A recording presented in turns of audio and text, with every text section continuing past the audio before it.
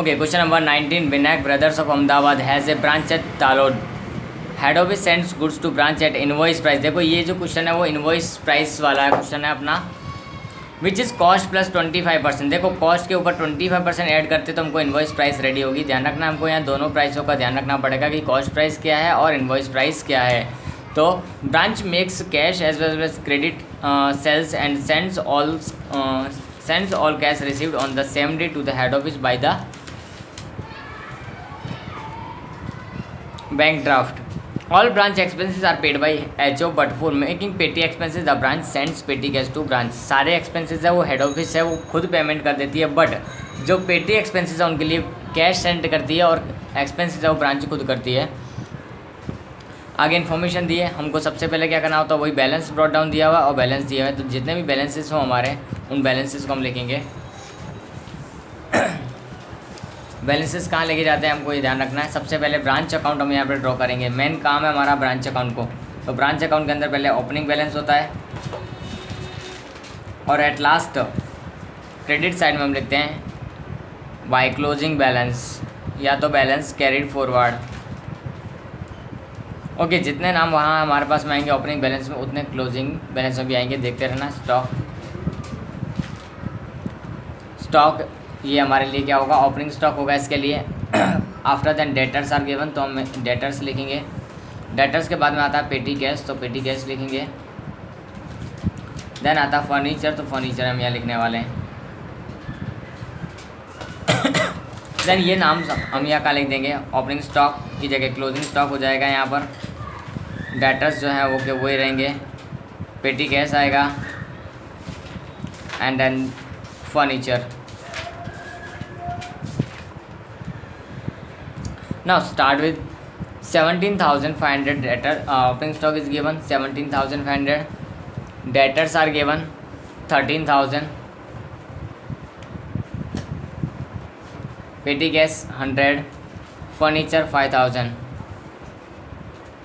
Now we'll make total 35,600.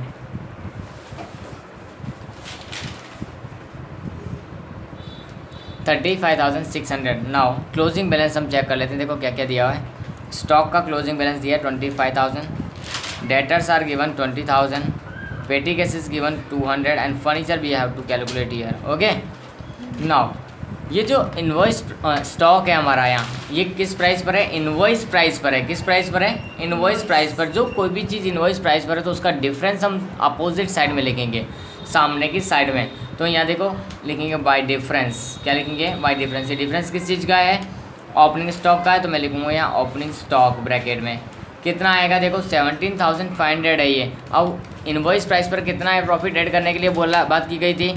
तो देखो वहाँ सिंपली लिखा हुआ है कॉस्ट पर 25%। तो इनवॉइस प्राइस पर कितना होगा वो 20%। कितना होगा 20%। तो लिखेंगे 17,500 का 20% 3,500। ध्यान रखना इस बात का कि कॉस्ट पर 25 कहा गया है तो इनवॉइस पर कितना होगा, because invoice price is given in the bracket. Yes और नो। सो क्लोजिंग स्टॉक अभी हम ऐसे ही करेंगे सेम। क्लोजिंग स्टॉक में लिखेंगे 2 डिफरेंस। किस बात का डिफरेंस है ये, तो क्लोजिंग स्टॉक का है। 25,000 का 20% करेंगे तो कितना आएगा 5,000 हमारे पास यहाँ आने वाला है इसका। After then cash collected from debtors, तो यहाँ लिखेंगे बाय डेटर्स अकाउंट लिख सकते हो या फिर cash collected. How much is that, 20,000 is there. Sorry cash sales है पहले। सो बाय कैश सेल्स पहले लिखते हैं। चलो कैश सेल्स कितना हमारे पास में 20,000 है। कैश कलेक्टेड कितना है 40,000 है। अब डिस्काउंट सेक्शन यानी कि डिस्काउंट अलाउड टू डेटर्स, इसके लिए हमने डेटर्स अकाउंट बनाया है इन सब चीज़ों के लिए।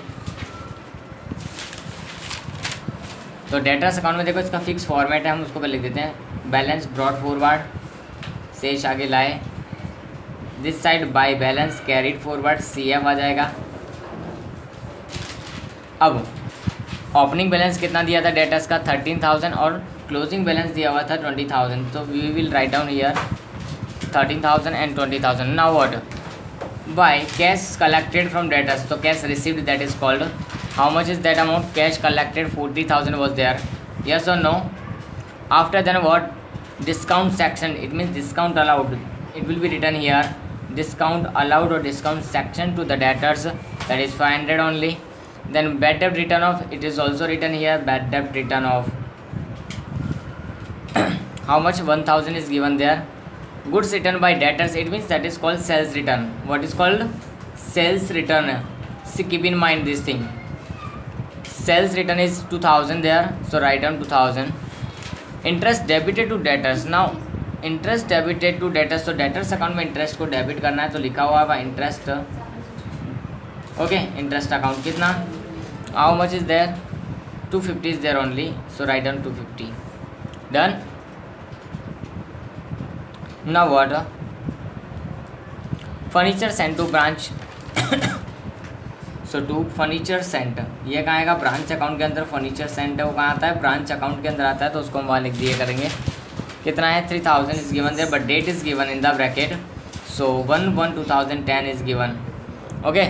Now goods sent to branch, it is also return here goods sent to branch. Goods sent to branch, goods sent to branch कितना दिया हुआ है? देखो यहाँ पर हमारे पास में इनवॉइस प्राइस पर 50,000 है, तो इसका सामने हमको क्या लिखना पड़ेगा? डिफरेंस लिखना पड़ेगा. जो भी चीज़ इनवॉइस प्राइस पर है उसका डिफरेंस लिखना कंपलसरी है. तो गुड्स सेंट कितना है? 50,000 का 20% 10,000 आएगा. Is it okay? Now goods return by branch, so it will be return here bye goods return. अगर ब्रांच रिटर्न करती है कोई भी गुड्स, तो यहाँ लिखा जाता है goods return by branch. How much is that amount?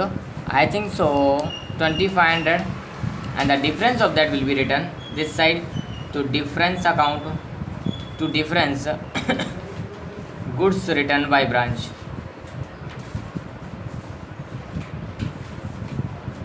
How much? 500 only. 2500 का 20% करेंगे तो कितना आएगा हमारे पास? 500 आएगा. After then petty expenses paid by branch. Petty expenses हैं, सो यहाँ लेके जाते हैं petty expenses. How much is that? 500. How much? 500. Okay. Now petty expense and cash sent to branch for expenses. तो सारे एक्सपेंसेस जो भी हेड ऑफिस पेमेंट करती है उसको लिखा जाता है यहाँ पर to rent and taxes, rent and rates, to salaries and to octroi. Okay. जो भी एक्सपेंसेस हम सारे यहाँ पर लिख देते हैं. ब्रांच अकाउंट में तो आएंगे ही आएंगे हमारे पास. इसके लिए 1200, 1500 and 300. Is it okay? Now depreciation count करनी है फर्नीचर पर, लेकिन देखो फर्नीचर हमारे पास 2 टाइम्स है, एक हमारे पास ओल्ड है और एक न्यू है, तो इसका हमको एक कैलकुलेशन करना पड़ेगा. So we will make a calculation for the furniture. So calculation in that furniture. So calculation for furniture will be new and old. Old पहले हम यहाँ लिखते हैं एंड देन न्यू. ओल्ड हमारे पास में था 5000 एंड न्यू है 3000, वो उसकी डेट है 1/1/2010 और हमारा साल का पूरा हो रहा है 31/3/2010 को. तो इस पर हम जब डेप्रिसिएशन काउंट करेंगे तो फुल ईयर की आएगी, कंप्लीट ईयर 10,500 आ जाएगी. 10% है. डेप्रिसिएशन का रेट कितना है? 5,000 का 10% for a year, that will B 500. 5,000 का 10% 500. लेकिन यहाँ जो डेप्रिसिएशन आएगी वो सिर्फ 2 मंथ की आएगी, सॉरी 3 मंथ की. फर्स्ट मंथ में परचेज़ किया पहली तारीख को, तो फर्स्ट मंथ पूरा, second month complete and third month complete. तो 3 मंथ्स की डेप्रिसिएशन हमारे पास यहाँ आने वाली है. 3000 इंटू 10% इंटू 3/12.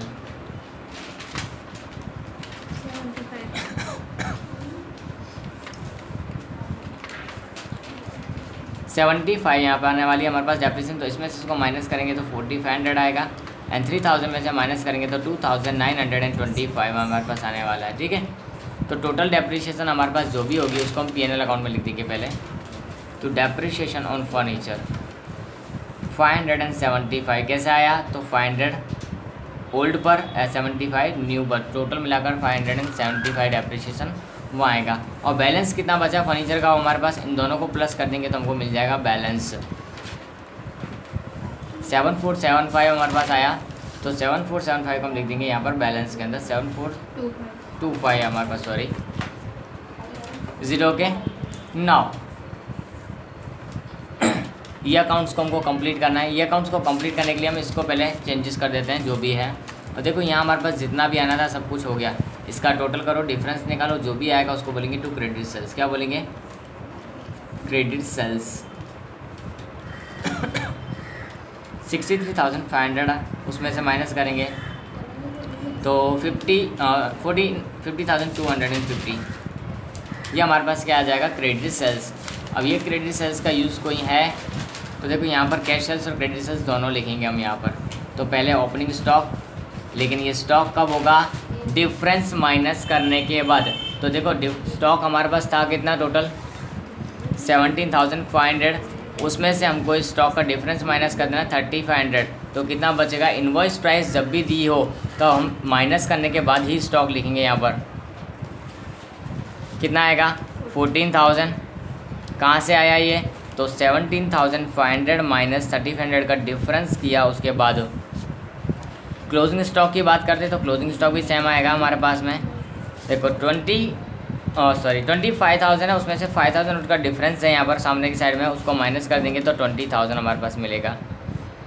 कैसे आएगा? 25,000 माइनस 25,000 का डिफरेंस है, सॉरी, तो 5,000 हमारे पास जो है उसको माइनस कर दिया है।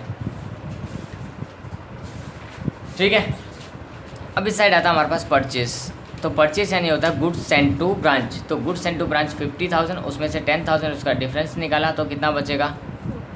40,000। माइनस होता है परचेस रिटर्न। क्या होता है? Purchase return. तो परचेस रिटर्न देखो यहाँ पर 2500 था, उसमें से 500 उसका डिफरेंस माइनस किया तो कितना आ जाएगा? 2,000। तो हमारे पास आएगा 38,000।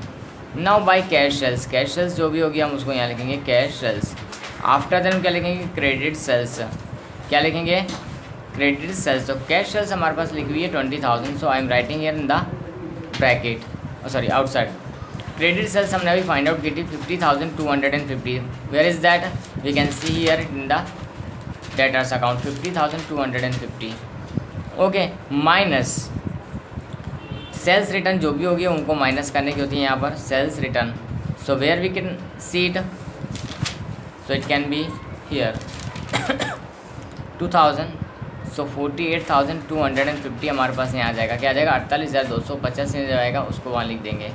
अब आती है बात हमारे पास इसके बहुत सारी चीज़ें जो हमने नहीं लिखी हैं। डिस्काउंट है, बैड डेप्ट है, तो उन दोनों को लिखेंगे यहाँ पर पहले। तो discount allowed, okay, and bad डेप्ट भी है तो बैड डेप्ट लेंगे 500 and 1,000 in the both, 500 and 1,000। Interest received है ये, तो इसको लिखा जाएगा by interest received 250. Is it okay? Now what? Expenses. So we will write down here expenses, rent and rates. There are no adjustment in the rent and rates, so we will write down the full amount as 1,200. No adjustment for the salaries, so we will write down here the full amount for salaries. And octroi, so we will write down here octroi. Is it okay? Octroi is the expense of trading account, so we will write down it in the trading account.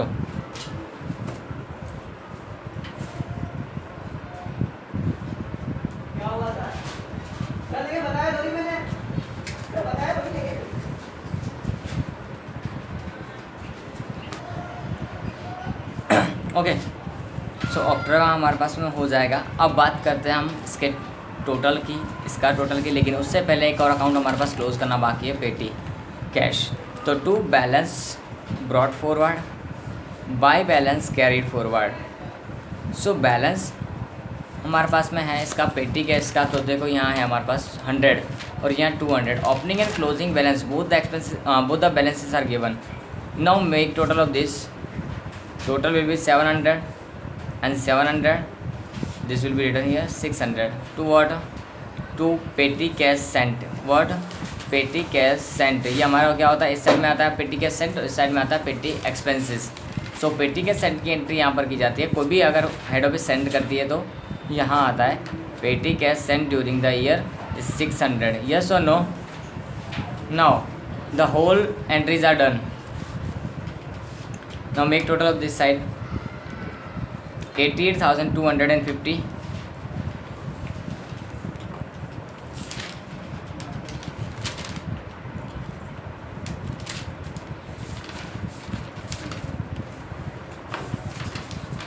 35,950 इसका हमारे पास में balance आएगा minus करने के बाद में सारा, तो 35,950 that is called gross profit.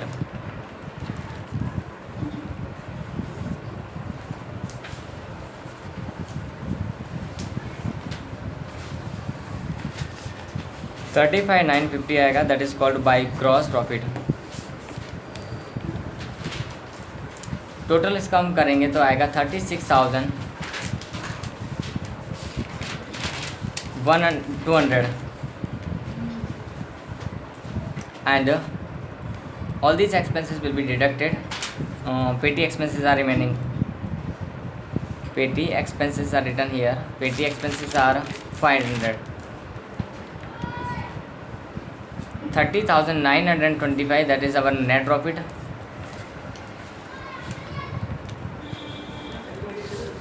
Okay, now make total of this side.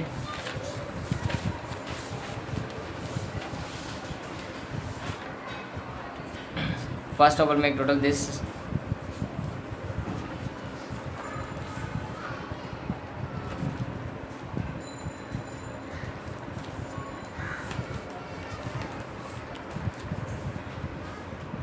So total of this side, credit side will be 128,625, 1,28,625. The difference will be written this side as branch profit.